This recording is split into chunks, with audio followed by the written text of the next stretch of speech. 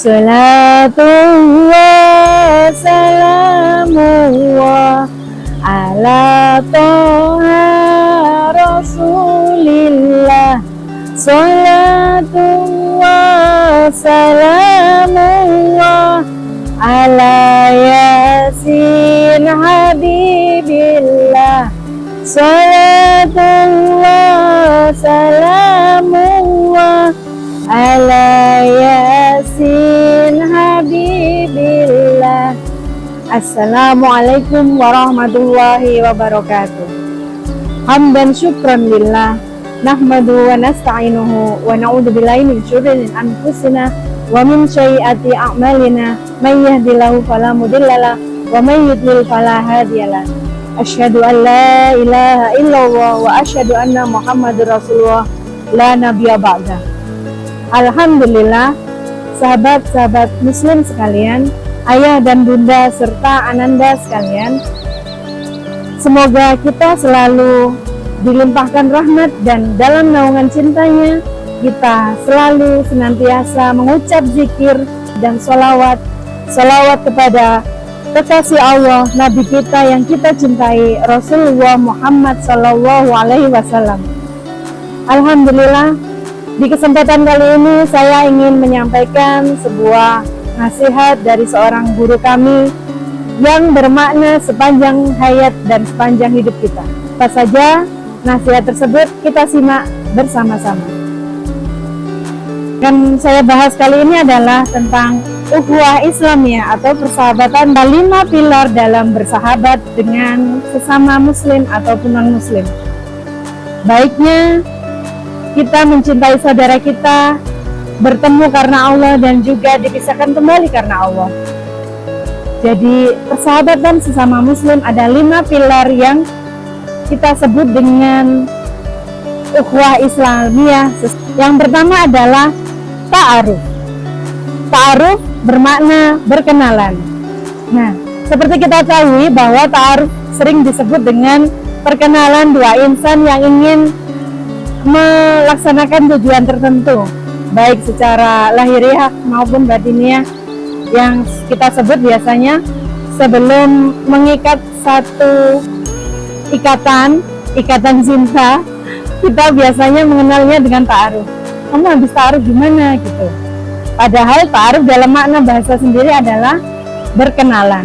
Nah, sebelum kita memiliki teman, sahabat, kerabat, rekan kerja, bahkan sahabat yang sudah kita anggap keluarga sendiri, pastinya kita mengenal seorang tersebut.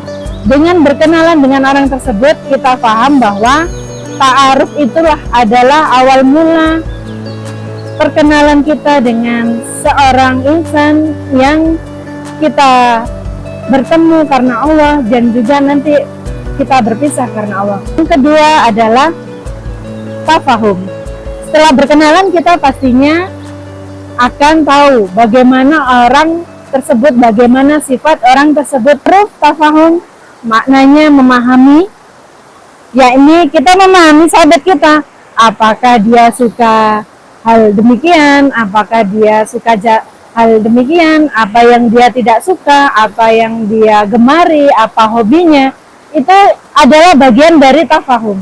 Tafahum di sini adalah kita harus lebih mengenal lebih dalam sahabat kita, bagaimana dia berinteraksi dengan kita, berinteraksi dengan orang lain, berinteraksi dengan banyak individu-individu yang kita temui.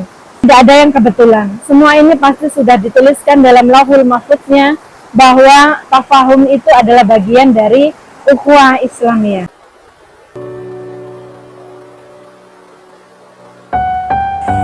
Yang ketiga adalah ta'awun atau saling tolong-menolong. Dalam Islam kita diajarkan oleh Rasulullah SAW bahwa sesama saudara, sesama muslim, bahkan itu pun non-muslim, kita diwajibkan untuk menolong saudara kita yang sedang kesusahan. Misalnya sedang ditimpa bencana, misalnya ada berita duka, bahkan ketika saudara tersebut telah tutup usia. Kondisi tolong-menolong dengan niat tulus ikhlas karena Allah, karena setiap amalan, setitik amalan apapun itu menjadi pemberat amalan kebaikan kita di akhirat kelak. Dan tanpa memperhitungkan apapun yang kita tolong kepada saudara kita, bahwa kita merasa sudah mengenal, memahami sifat dan perilaku saudara kita, sehingga timbullah rasa cinta itu kepada saudara, sahabat kita, bahkan keluarga kita sendiri, untuk saling terus tolong menolong, yakni ta'awun. Berikutnya yang keempat, tingkatan ukhuwah Islamiyah yang keempat adalah takaful atau saling menanggung. Bagaimana sahabat itu bisa memahami dan mencintai kita apa adanya, bagaimana kita bisa memberikan pertolongan, bahkan saling menanggung ketika sahabat kita sedang berduka, kita memberi dan mensupportnya ketika beliau sedang kesedihan. Bahkan sahabat kita sendiri pun atau keluarga kita sendiri pun, kita bisa mensupport dia, kita bisa merangkul dia bahwa dia adalah sahabat kita, dia adalah rekan sejawat kita, dia adalah keluarga kita. Jadi siapa sahabat Rasulullah saat itu yang ada ketika Rasulullah sedang tertimpa musibah? Salah satu contohnya adalah Sayyidina Abu Bakar As-Siddiq. Beliau selalu menjadi tangan kanan Rasulullah ketika Rasulullah pertama kali dakwah. Kisah Abu Bakar saat itu beliau menemani Rasulullah. Saat itu Rasulullah bersembunyi bersama Abu Bakar. Dan Rasulullah pun ketika malam tiba, Rasulullah tertidur dengan lelap saking lelahnya. Nah, saat itu ada hewan berbisa. Berbisa itu menggigit kaki Abu Bakar yang sedang dibuat alas untuk tidur oleh Rasulullah. Bagaimana Abu Bakar bisa berteriak? Bagaimana Abu Bakar bisa membangunkan Rasulullah? Padahal rasa cinta itu mengalahkan rasa sakit akibat digigit hewan berbisa. Itulah rasa cinta tertinggi Abu Bakar, menahan rasa sakit demi melindungi Rasulullah Shallallahu Alaihi Wasallam. Itulah mengapa ketika doa-doa Abu Bakar As-Siddiq ketika nanti ia meninggal, ia ingin disandingkan dengan makam Rasulullah. Begitu hebatnya kasih sayang Abu Bakar As-Siddiq kepada Rasulullah, hingga saat itu beliau bercita-cita ketika jenazahnya sudah meninggalkan dunia, jasadnya ingin dikebumikan di samping dekat Rasulullah. Sampai saat ini itu adalah menjadi bukti bahwa Abu Bakar As-Siddiq begitu mencintai Rasulullah sehingga sampai mati pun ia ingin dekat dengan Rasulullah. Subhanallah, alhamdulillah. Tingkatan ukhuwah Islamiyah yang kelima, yaitu yang paling dicintai oleh Allah, paling dinantikan oleh Rasulullah, yaitu itsar. Apa makna itsar? Itsar adalah mendahulukan kepentingan pribadi untuk kepentingan orang lain, yakni kita berkorban. Tahu betapa pentingnya itsar itu dalam persahabatan, dalam ukhuwah Islamiyah. Insya Allah Allah akan melipat gandakan, bahkan Allah akan memberi yang lebih daripada yang kita berikan kepada saudara kita. Ketika itu sahabat Rasulullah telah pulang pergi dari perang, dan ketika itu hanya ada tersisa secuil roti yang harus dibagikan kepada saudaranya yang banyak.